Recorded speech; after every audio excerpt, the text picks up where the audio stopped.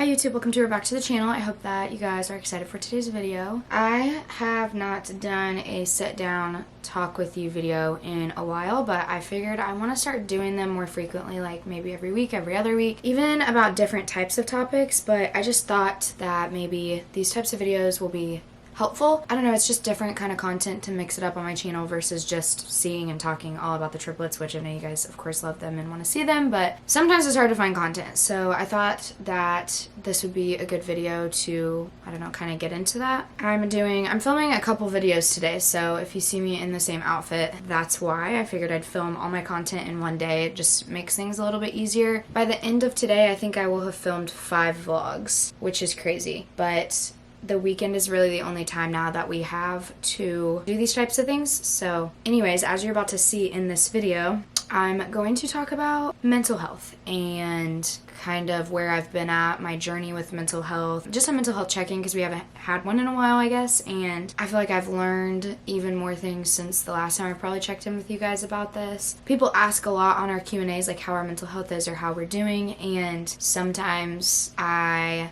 don't have enough time to give you like a real answer and kind of go into depth about things, so I thought it'd be good to sit down and maybe put a whole video together of mental health and what's been kind of going on as far as that goes in our lives. Don't forget, if you haven't already, please subscribe, make sure that you share. That helps kind of grow our channel and continue supporting us financially, so we appreciate that, and all the support that you guys have given us by us sharing our story and our journey and being vulnerable with you guys. I told you from the beginning, we are not like every other influencer. I share the good, bad, the ugly, and I'm very, very open and honest about the struggles that me and Braxton go through, both together with our family and individually. So I don't know, I think that is the real way to connect to people and to help people, is when you're relatable and not just sharing all the good pieces of your life and glamorizing it. So that's been something that I've clung to since I started social media. If you're new here, I'm sure that you can see on our channel that we have triplets who are medically complex, and we have had quite the journey with them in and out of the NICU,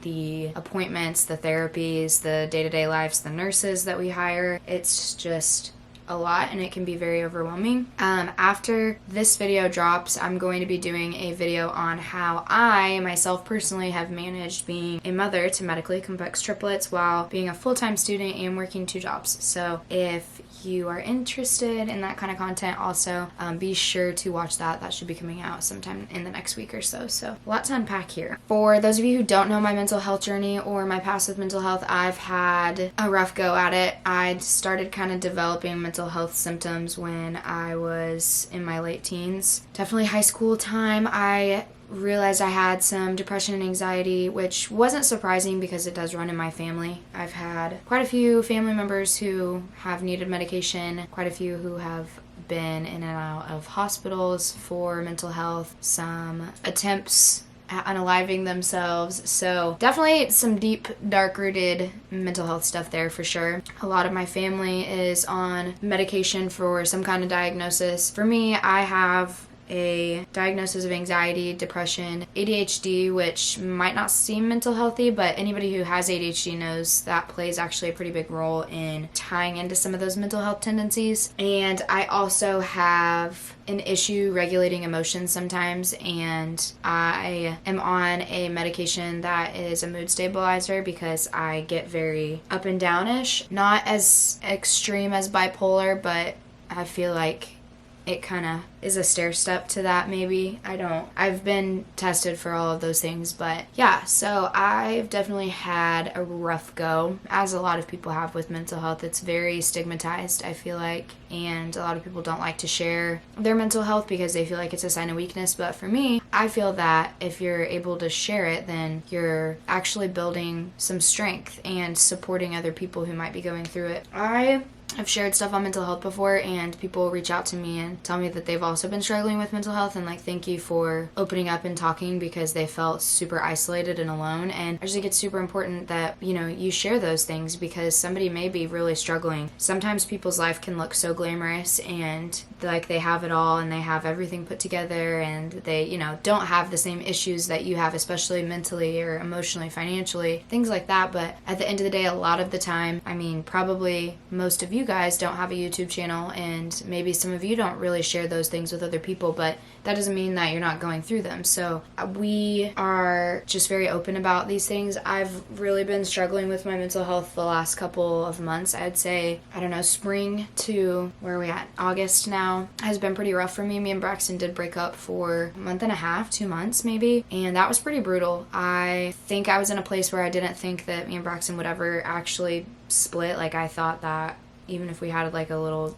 breakup, that we would always get back together, but he actually was the one who broke up with me this last time that we had a breakup, and I kind of tried to, do my own thing and move on from the relationship and, just focus on myself. And I realized kind of into that soul searching that I didn't want to be apart from him, and that I was willing to admit that I hadn't been necessarily the best partner at times, and I wasn't really meeting him in the middle with where he needed me, and he was kind of sick of being the person that just gave, and it took a lot for me to understand that and acknowledge that. And since us getting back together, I feel like I've drastically improved working on those pieces of myself that I didn't really care to work on before. And because of me focusing on the things that were important to him, he's turned around and done the things that I was asking for years now that are important to me, wanting to move out and get our own place. And I wanted to make sure that he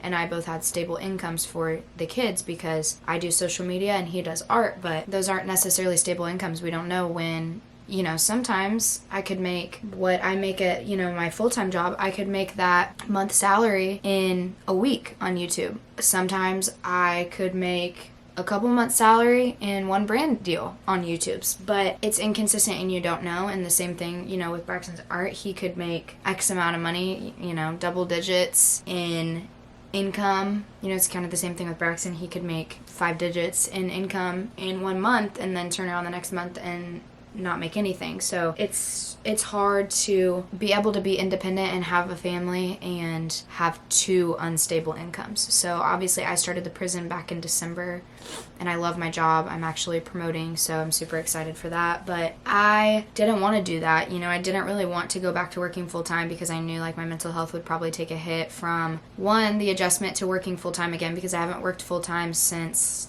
I don't even know, you guys. 2019 maybe was the last time that I had worked 40 hours a week, sit down at a job and do a job. And I'm a mother now, and my kids are at home. So how do I adjust to not being at home with them all the time? And I really thought my mental health was going to take like a drastic hit, but it actually has been amazing for my mental health. And I don't want to get in too much into this, because I'm going to be talking about that in my next video and how I've adjusted to that kind of lifestyle. But I was in such a deep, dark place, and I also was able to reflect and realize that I was using and abusing alcohol in a pretty unhealthy manner when my mental health was that way. And I don't want to say that I was addicted to alcohol by any means, but I definitely have an addictive personality. It runs in my family. I've shared kind of before that I have addiction in my family that runs, but it runs very directly from both ends of my family, both family sides, my mother and father's side. And even though I've been aware of that growing up, it still is a struggle sometimes for me. When Braxton and I got back together, I took a huge, I don't want to engage in this behavior anymore. And not even that I can't drink alcohol, but I need to be drinking alcohol for, I don't want to say the right reasons, because there's never a right reason to need to drink alcohol, and I don't feel that I need to drink alcohol, but the times where it is more acceptable, if that makes sense. I don't know, this can kind of get tricky with the wording, because I don't want to say that you need alcohol, because you don't. I could go sober if I wanted, but I do still like to go out and have a good time with my friends and be able to let loose and have a couple drinks and go do something fun. And it's not to say that you can't have fun without alcohol, because that's a whole separate topic, but if you're using it for the wrong reasons, I think that that's where I personally had to draw the line. And I hope that by speaking this out loud, that maybe it's going to reach somebody that's also been maybe struggling with feeling this way. I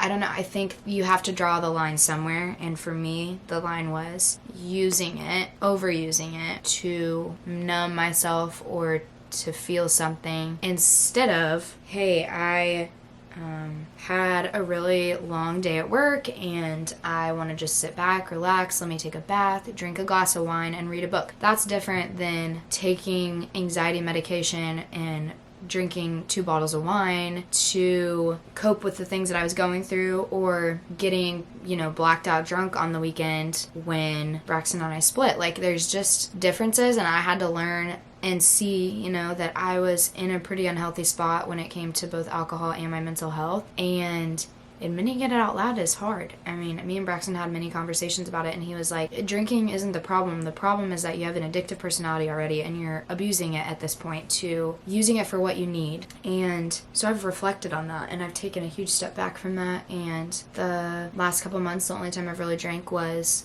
if we've had like our wine night, because we have weekly wine nights, me and my best friend. And even then, sometimes we don't drink. We'll be like, hey, let's just not drink this week, let's just do like something chill and hang out. I don't think that that's wrong, us having a weekly wine night to catch up and, keep our friendship solid and stable. We've been best friends for 20 some years. You guys have probably seen the concert vlog if you guys watched our little weekend getaway. So, that's another example. I drank that whole weekend, but we were responsible. It was mom's weekend out. It was our getaway. It was also our birthday. We were celebrating both of our birthdays. So I think you just have to be aware of those things, and coming to terms sometimes with that can be hard, especially I feel like at our age, me and Braxton's age, it's such a stigma that like you have to drink alcohol, and so when you don't, people think you're weird or something's wrong with you. But I've gotten to the point now I don't really care. The older I've gotten, the less that's bothered me, and I can not fall into that peer pressure anymore. I actually just had this conversation with my sister, which I don't think she'll care that I'm sharing, but she just turned 21, so she just started drinking. She goes to a D1 university, so she's, I'm sure, had a couple drinks before, but she herself had to step back and, say she doesn't want to live that kind of lifestyle. She had a pretty rough experience. She had something pretty bad happen to her when she was drinking, and so she kind of cut back and has reflected, and I'm really, really proud of her. She hasn't drank in over a month now, and at 21 years old, can we just give a round of applause, because I'm really impressed with her. So we've been kind of like sharing with each other, and she struggles with mental health too, and so we're very understanding of the other one and understanding of that addictive personality that runs in our family and the mental health issues that run in our family, and we have been able to kind of support each other through this. So that has been really nice, and I'm thankful for that relationship with her because we've grown a lot together. As far as mental health goes, I have to reflect on knowing when I'm struggling and knowing when to reach out for support and help. Braxton is my number one support whenever it comes to anything mental health, because he knows what makes me tick, and he knows what makes me anxious, and he knows the things that help me combat those issues. And he is one of the only people in my life who regularly checks in on my mental health. And I mean, he sees it every day, obviously, because we're partners and we live together. So he sees my signs. He's very, very good at reading me and understanding when I need something from him or when I need to do something for myself. And so that is really, really important when you struggle with mental health, is having a partner that keeps you accountable and helps support you through those times, because I couldn't do it if I didn't have somebody who understood me and understood mental health, because it's a regular struggle that we go through. It's not, we go a month without having any issues with anxiety and depression. Those are constant weekly, daily issues that we face that if Braxton didn't understand or know and hadn't educated himself, it wouldn't work. The relationship wouldn't work because it's too in-depth. And when we actually first started dating, he had never really dealt with any sort of mental health stuff. Everybody, of course, has some form of mental health stuff that they have to work through if they're, going through a depressing time or they're anxious about something. But the actual diagnoses of anxiety and depression and mood disorders are kind of heightened ADHD. So with all 4 of those diagnoses, he's had to really understand what makes me the way that I am and why I feel those things, and he has researched, and now he's struggled over the last couple of years with mental health and getting really anxious and really depressive, and he's had to understand too, while he's not medicated and I am medicated, we've been able to support each other through those times because we both read each other pretty well. I can tell whenever he's kind of shutting down and stuff's bothering him, and vice versa. He reads me way better than I can read him because I'm very expressive when it comes to how I'm feeling. Somebody's gonna know that I'm upset or mad or anxious. Somebody is going to know pretty quickly. It doesn't take a genius whenever I'm feeling those emotions because I'm an expressive person, but Braxton's very reserved when it comes to his emotions. I think a lot of men struggle with that, specifically because they're men and there's the stigma that they're supposed to be these strong people with no feelings and suck it up, and I've just never felt that way. I feel like men's mental health matters just as much as women's mental health, and they have the same struggles that women have in different ways. You know, they have the stress of